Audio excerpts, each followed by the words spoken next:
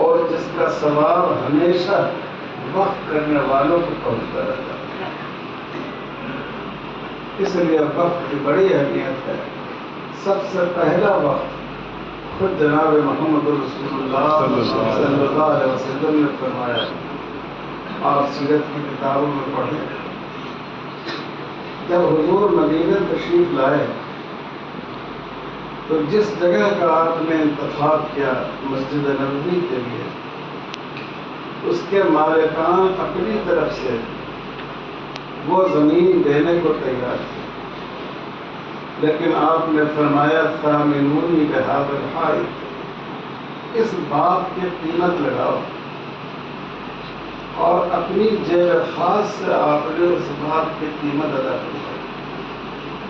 بہت سے کام آپ نے حضرت عثمان غنی رضی اللہ تعالیٰ عنہ کی مالی مدد سے، حضرت ابوبکر صدیق رضی اللہ تعالیٰ عنہ کی مالی مدد سے فرمایا، لیکن یہ جو پہلا وقت تھا اس کو حضور صلی اللہ علیہ وسلم نے اپنی جیب خاص سے اس کی قیمت ادا کی، اور یہ وقت بہت ہی ملٹی پرپس وقت تھا۔ اسی مسجد نبوی میں نماز بھی ہوتی تھی، اسی مسجد نبوی میں تعلیم بھی ہوتی تھی، اسی مسجد نبوی میں مہمانوں اور مسافروں کو ٹھہرایا بھی جاتا تھا۔ یہاں تک کہ بعض دفعہ اگر کوئی افتاد آ گئی تو مریضوں کا قیام اور ان کی عیادت کا انتظام تو اس میں ہوا کرتا تھا۔ آپ نے غزوہ خندق کا واقعہ پڑھا ہوگا۔ تو ایک ملٹی پرپس وقت تھا جو حضور صلی اللہ علیہ وسلم نے فرمایا اور اپنی جیب خاص سے فرمایا۔ اس میں اس بات کا سبق ہے کہ مسلمانوں کو ایسا وقت کرنا چاہیے، اللہ کی عبادت بھی ہو اور اللہ کی مخلوق کی خدمت بھی ہو، تعلیم کی ترقی بھی ہو، ضرورت مندوں کی ضرورت بھی ہو۔ اس کے بعد لکھا ہے علماء نے، جتنے اکابر صحابہ تھے سب نے وقت کیا۔ حضرت ابوبکر صدیق رضی اللہ تعالیٰ عنہ نے وقت کیا۔ حضور صلی اللہ علیہ وسلم نے اپنے 6 باغات میں وقت کیا مدینہ منورہ۔ سیدنا حضرت عثمان غنی رضی اللہ تعالیٰ عنہ بڑے صاحب شربت صحابی تھے، انہوں نے وقت کیا۔ سیدنا حضرت علی رضی اللہ تعالیٰ عنہ نے بھی یمبو میں دینی مقصد کے لیے وقت کیا، اور ایک وقت آپ نے ایسا بھی فرمایا غزوہ خیبر کے بعد کہ جس کا متولی آپ نے سیدنا حضرت حسین رضی اللہ تعالیٰ عنہ کو متعین فرمایا۔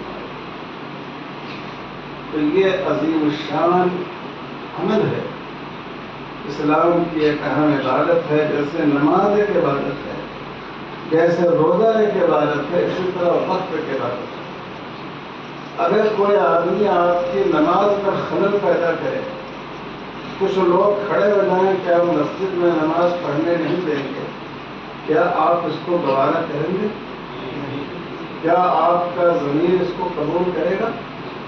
یاد رکھیے، وقت بھی ویسے ہی ایک عبادت ہے۔ سیدنا حضرت ابوبکر صدیق رضی اللہ تعالیٰ عنہ کے زمانے میں جب کچھ لوگوں نے کہا کہ ہم نماز تو پڑھیں گے لیکن ہم زکوٰۃ ادا نہیں کریں گے، تو حضرت ابوبکر رضی اللہ تعالیٰ عنہ نے فرمایا کہ جو آدمی نماز اور زکوٰۃ میں فرق کرے گا ہم اس سے ضرور جہاد کریں گے۔ کیونکہ بہت سے مرتدین بھی پیدا ہو گئے تھے، حضرت عمر رضی اللہ تعالیٰ عنہ نے مشورہ دیا کہ ابھی اس معاملے میں نرمی کا پہلو اختیار کیا جائے، تو حضرت ابوبکر رضی اللہ تعالیٰ عنہ ناراض ہو گئے۔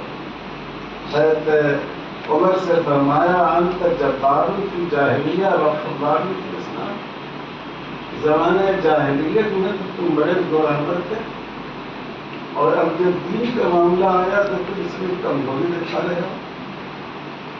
کوئی بھی اسلامی عبادت جو ہمارے دین کا حصہ ہو، کوئی مسلمان اس میں ایک نقطے کی کمی کو گوارا نہیں کر سکتا۔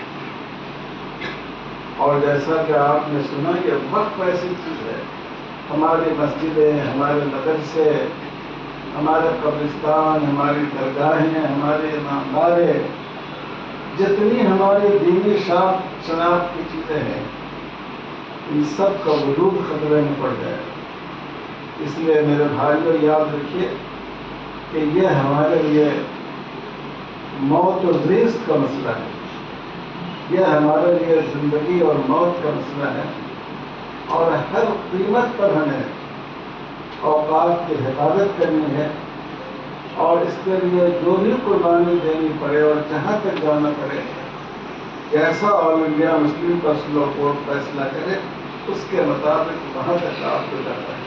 انشاءاللہ سب لوگ اس پر عمل کریں گے انشاءاللہ۔ میرے بھائی اور بزرگوں،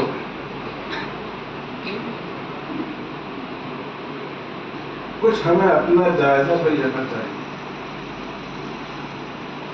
وقت کی حفاظت کا ہمارا وہ رخ ہونا چاہیے۔ ایک رخ تو یہ ہے کہ حکومت سے ہماری لڑائی ہے، ہم یہ لڑائی لڑیں گے۔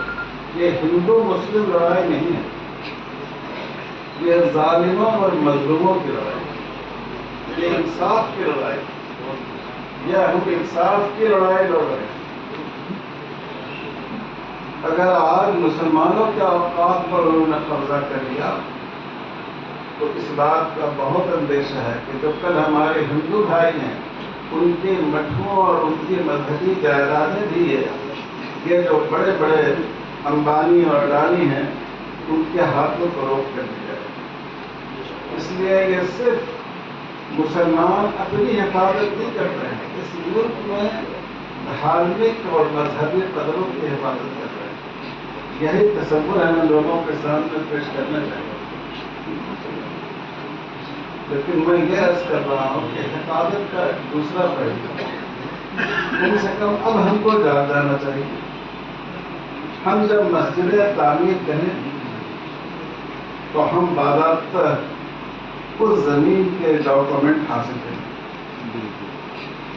ہم قانونی جو تقاضے ہیں ان قانونی تقاضوں کو پورا کر کے اپنی حفاظت کا بنائیں، قانونی تقاضوں کو پورا کر کے ہم اپنی مسجدیں بنائیں، مدرسے بنائیں۔ یہ بھی وقت کی حفاظت میں شامل ہے۔ کتنے قبرستان ملک بھر میں کھلے ہوئے، ناجائز قبضے ہو رہے ہیں، جانور چل رہا ہے، مردوں کی قبرستانوں کی قبروں کی بے حرمتی ہو رہی ہے۔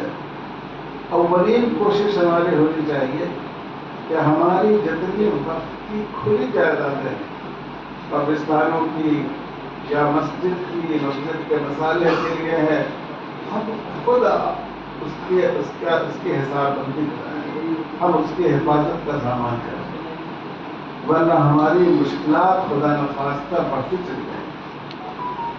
جو ہو چکا اس کی لڑائی تو ہم لڑ رہے ہیں، جو چیز اب تک وقت کے طور پر استعمال ہوتی آئی ہے اس کو وقت بائی یوزر تسلیم کیا جانا چاہیے۔ لیکن آئندہ ہم کیا کریں؟ یہ بھی بہت اہم بات ہے کہ جہاں ہم اتنے سارے پیسے مسجد کی تعمیر پر خرچ کرتے ہیں، زمینوں کے لینے پر خرچ کرتے ہیں، تھوڑے سے پیسے جو اس کے قانونی تقاضے ہیں ان کی تکمیل پر بھی ہم خرچ کریں تاکہ اس میں کسی کو انگلی رکھنے کا اور ہم پر اور آپ پر انگلی اٹھانے کا موقع نہیں ملے۔ یہ بھی میرے بھائی اور بزرگوں وقت کی حفاظت کی کا حصہ ہے۔ اس وقت ایک بہت بڑی بات، بہت تکلیف دہ بات، مسلمانوں کے لیے اس سے زیادہ تکلیف دہ کوئی بات ہو ہی نہیں سکتی، وہ ہے رسول اکبر صلی اللہ علیہ وسلم